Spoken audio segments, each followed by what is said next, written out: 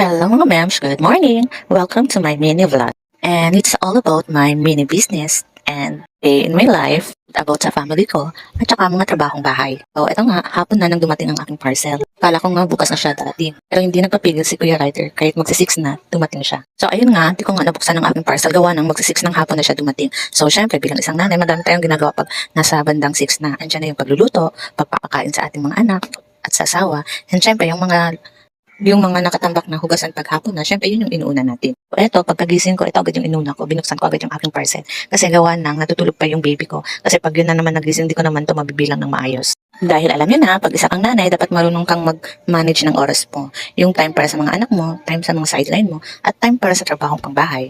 Alam niyo ba, moms, na kahiligan ko talagang magbenta ng mga damit or yung mga tire ng pangbahay or ibang mga klaseng damit, basta damit siya. Kasi minsan, nalilibre na yung damit namin ng mga anak ko o yung damit ko, yung mga pang-turno ko sa bahay, at nalilibre na minsan dahil sa mga binibenta ko.